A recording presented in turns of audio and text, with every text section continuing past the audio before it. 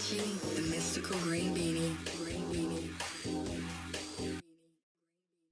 Hey, what's going on, dudes and dudettes? I am the Mystical Green Beanie, and I probably should have made this video a while ago, but I guess since I made a how to get into comics video, I never thought to make a where to start video, because I often get questions from people in my personal life who appreciate geek culture and the idea of comics, but getting into the medium itself is very overwhelming, and they just don't know where to start. I also know a lot of people who say that they love watching the movies and the TV shows, but the comics themselves are a bit too dense to jump into, so in this video, I want to give some new readers an idea of where to start, and some books to help get you started. Number 1, AllStar Superman by Grant Morrison and Frank Quitely. So straight up, I don't care if you're a fan of Superman or not, and I don't care if you think the character is interesting or boring or whatever, read this book, because this is quite possibly one of the greatest comics ever written. And I am not being hyperbolic when I say that. This comic simply is a masterpiece. Now, the reason I say that this is a good starting point for new readers is that A, this is a self-contained story that takes place in its own continuity, in its own universe. There's no history that you need to read up on or study in order to understand the material. All you need to know going into this book is what you see on the first 3 pages. Doomed planet, desperate scientist, last hope, kindly couple, Superman. And B, with this comic being its own self-contained story, it has the freedom to tell its own narrative and have a definitive beginning, middle, and end. Also, this is perfect for anyone who maybe doesn't read Superman regularly or know anything about the character outside of pop culture, because this comic is very much a celebration of the then 65-year history of Superman, incorporating elements from his entire history up to that point, from the Silver Age of comics to the modern age of comics, from the films to animation. This comic celebrates everything, making it a nice blend of everything that is Superman. Plus, the story itself is a very relatable and tragically human story. It's about Superman getting cancer and checking off a bucket list. But while also being an incredibly human story about dying and coming to terms with the inevitable, it's a cool update on the 12 labors of Hercules through the lens of Superman, and this book is just amazing, and I have nothing else to add. Number 2, Batman: The Long Halloween by Jeff Loeb and Tim Sale. Now, unlike AllStar Superman, this book actually is in continuity with the larger DC universe. It takes place after the events of Batman Year One, which is also a great story, but it's not on this list because I didn't want to come off as too cliche. Anyways, all you need to know going into this book is that Batman has been around for just over a year, and he's still pretty young and early into his career. And the story is a murder mystery that harkens back to pulp comics of the 1930s and 40s, as well as film noir and classic detective stories. So members of different crime families are being axed off, and Batman, alongside the help of Lieutenant James Gordon and the young, idealistic District Attorney Harvey Dent, are trying to put a stop to it. And speaking of which, this comic also serves as a tragic origin story for Two-Face, and over the course of the series, we watch him as he slowly starts to lose his faith in the system before ultimately having everything taken from him once he has acid thrown in his face. I should also mention that with this being a murder mystery and all, there's a unique twist at the end of the story that I bet you will never see coming. But once you get to it, it'll make complete sense. But it's so out of left field crazy, you won't be kicking yourself for not catching on to it. This is also one of the stories that The Dark Knight is based on, so if you really needed me to sell it, well then, there you have it. That's my ace in the hole. Number 3, Saga by Brian K. Vaughan and Fiona Staples. Just for a second, imagine if Star Wars and Game of Thrones got drunk and made a baby. That is the best way that I can describe Saga for people who have no context for what Saga is. Honestly, this is probably one of the best new comic series to come out in the past decade. It's certainly one of the most popular. Saga is a high-concept space opera that details the horrors of war and explores the sacrifice of one's humanity, innocence, and sense of morality in the face of conflict, told through the lens of a little girl named Hazel. Now, Hazel is the child of the 2 main protagonists, Marco and Alana, and the deal with these two is that they're both soldiers who are from either side of a galactic war. Alana hails from Landfall, which is a pretty large planet full of people who are winged humanoid aliens who rely mostly on technology, whereas her husband Marco is from Wreath, Landfall's moon, which is home to aliens with horns who rely on magic as opposed to technology. And, in the words of Hazel, neither society ever really liked each other, thus the reason for their eternal conflict. However, Marco and Ilana meet each other in a concentration camp, and over the course of a few months, they fall in love, elope, and are on the run from their respective governments for treason, as they're chased across this insanely colorful and imaginative galaxy. The book also has a very twisted sense of absurdist humor, but is self-aware enough to realize just how mean-spirited and cynical some of the jokes are. But the book's never mean-spirited for the sake of being mean-spirited, because that's just the nature of this universe, and the material realizes just how not okay that is, and will offer up moments of innocent sincerity with Hazel. Plus, the art by Fiona Staples is to die for. Literally every panel on every page is wallpaper bait because of how hauntingly imaginative the imagery is.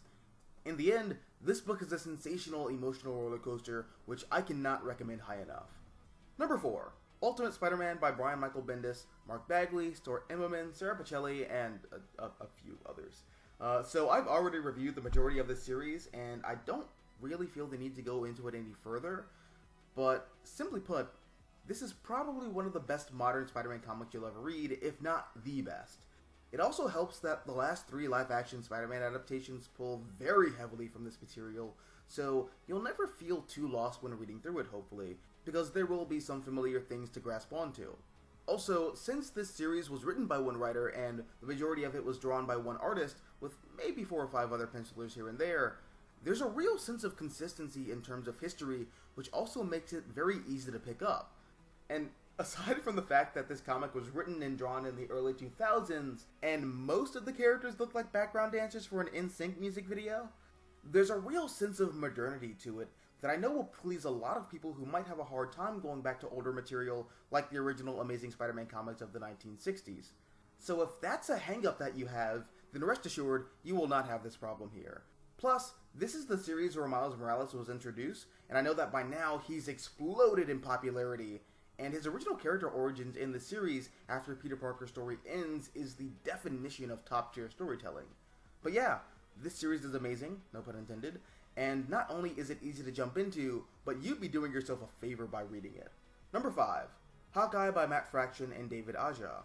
Again, this is another series that I've already talked about, so I won't go too deep into it, but I just want to say straight up, they do my boy Hawkeye no justice in the movies, and that leads to a lot of people unfairly making jokes about him and calling him the most useless Avenger, which is a real shame because in the comics, Clint Barton is basically John Wick with a bow and arrow, and this book illustrates that perfectly. However, it also illustrates just how not together his life is, because everything that can go wrong in his life seemingly does go wrong, and that leads to a lot of interesting story beats. This comic was also pitched as the book that shows you what Hawkeye does when he's not being an Avenger, and apparently his life is very complex and comedically tragic, or tragically comedic.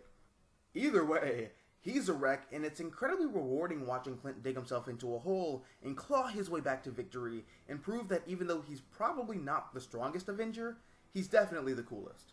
Number 6, Calvin and Hobbes by Bill Watterson. Yes, Calvin and Hobbes is on this list. Now, I'm sure that everyone has read Calvin and Hobbes, but just in case you haven't, do yourself a favor and pick up a few copies of the collected editions. This comic strip series is quite possibly one of the funniest and most profound critiques on modern civilization within the medium of comics, all shown from the eyes of a little boy with an overactive imagination. And again, I'm sure that everyone has at least one copy of a collection of Calvin and Hobbes in their homes, but just in case you don't, do yourself a favor and pick it up. Number 7, Wonder Woman by Brian Azzarello, Cliff Chiang, and Tony Atkins.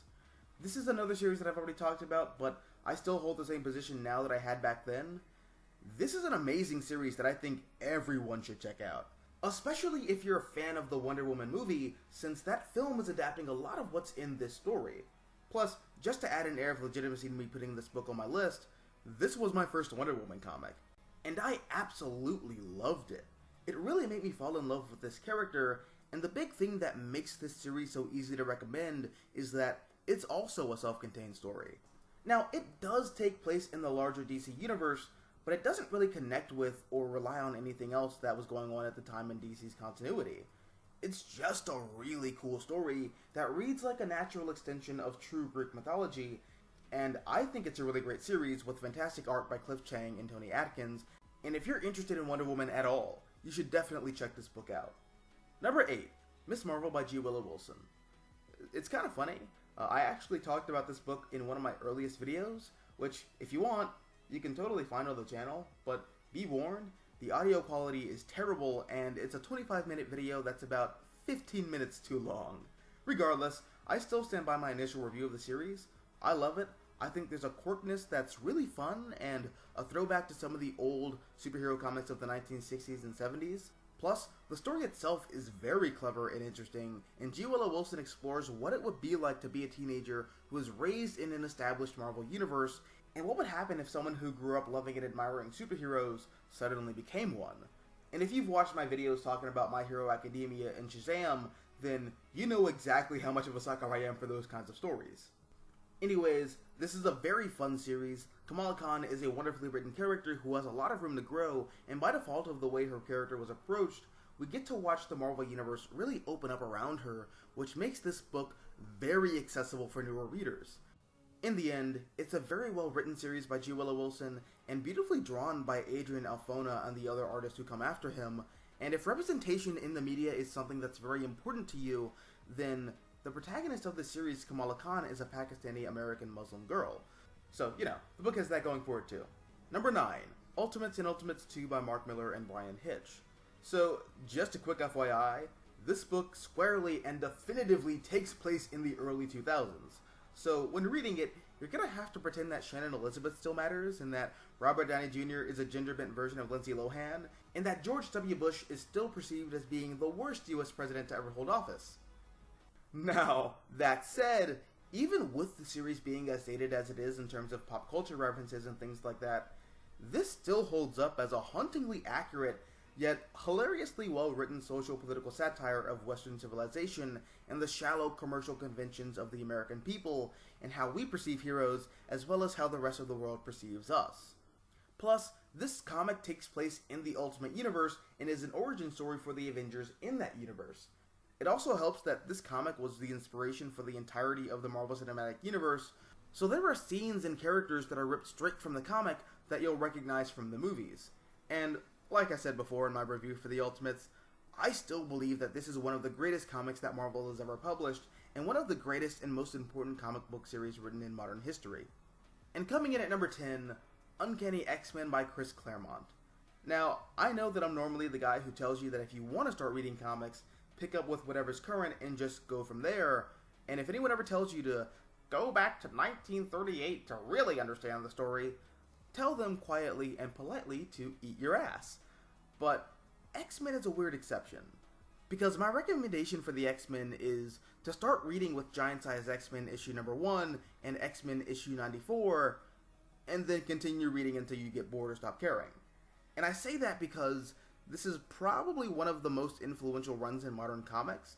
It's one of the most talked about runs in the comic book community, and it's a run that's filled with about 17 years worth of solid top-tier storytelling.